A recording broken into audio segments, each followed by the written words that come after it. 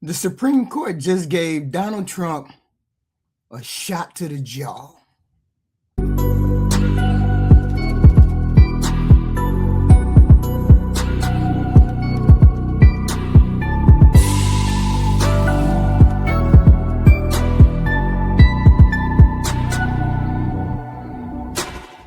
Well, thank you very much for being here.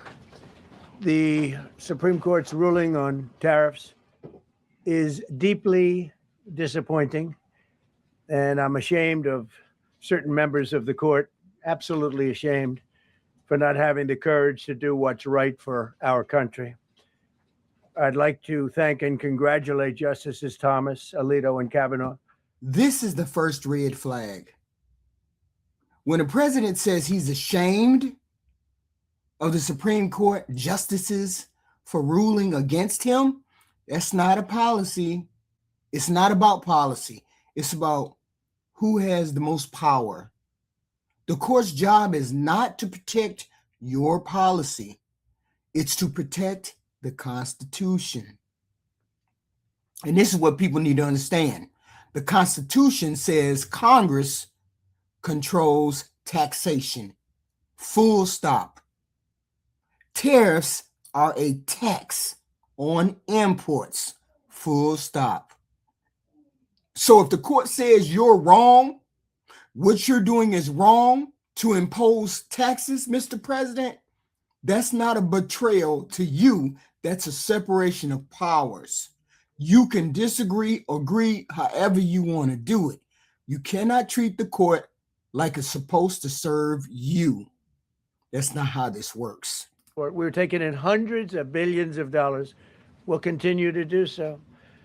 To show you how ridiculous the opinion is, however, the court said that I'm not allowed to charge even $1. I can't charge $1.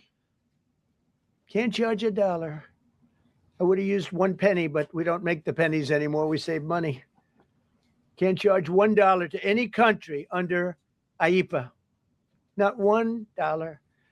I assume to protect other countries. This must have been done to protect those other countries, certainly not the United States of America.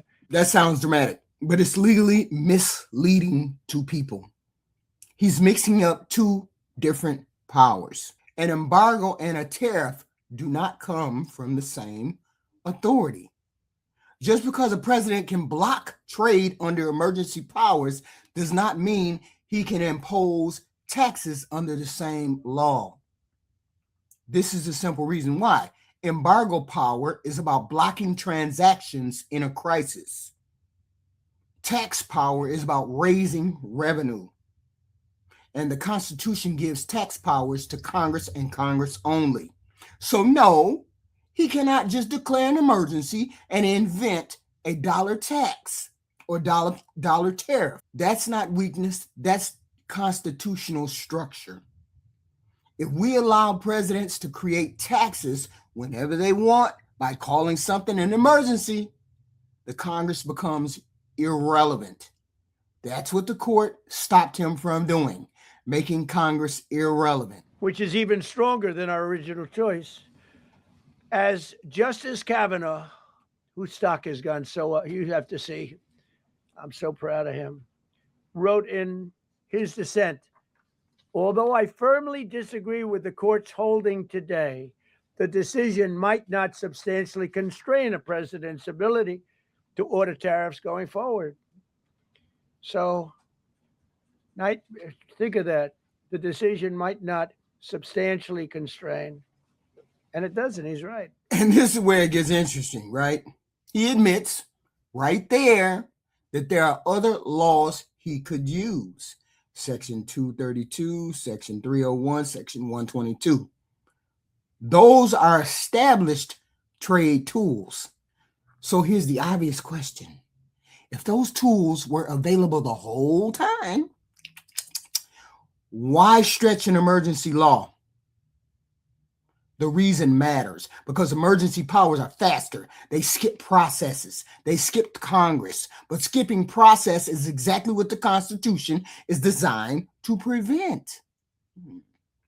If tariffs are truly about national security, then use the national security statute properly. If they're about unfair trade, use Section 301 investigations. What you can't do is shortcut Congress because it's inconvenient. This is something we could have done, as Justice Kavanaugh said, we could have done this originally, but we're doing it now. And the numbers could be far greater than the hundreds of billions we've already taken in. Yeah, please. Thank you, Mr. President. Mr. President. That sentence right there should make people hesitate and pause. There are usually ways around it. Around what? Exactly. Around the Supreme Court ruling? The president doesn't get to work around the court. He has to operate within the law. If the ruling says you use the wrong statute, then the answer is use the correct statute, not find a way around it. That language signals something bigger, a mindset that limits our obstacles instead of guardrails, and limits are what protect our democracy. In hell, please. Thank you, Mr. President. You mentioned multiple times foreign influence over the Supreme Court. Do you have evidence of that? And if not, will you investigate that? You're going to find out. When he's asked about evidence of foreign influence on the courts, he said, you're going to find out. What does that mean? This is serious. If you're accusing the Supreme Court justices of being influenced by foreign interest, that requires evidence, my brother. You just don't get to say that casually. Because when the president says that without proof, here's what happens. People lose trust in the judicial branch. And once trust in the referee collapses, the entire system becomes unstable. Disagreeing with a ruling is normal. Implying corruption without evidence is destabilizing. That's the difference. But this is the president we're dealing with. This is wild. The Supreme Court didn't eliminate tariffs. They eliminated one method of imposing those. And the president himself admitted he has other tools. So this moment isn't about trade. It's about limits. It's about whether emergency power can be used to bypass Congress. And the court said, hell no. If tariffs are essential, then make the case to Congress. Win the authority properly. Follow the structure. That's strength. Working around rulings is not strength. It's escalation. And you notice that the court didn't tell him how he has to pay back all of those $200 billion in tariffs, right? You know he got to pay that back, right? Hit the like, share, and subscribe. We have content like this every day, and I appreciate it. I appreciate it.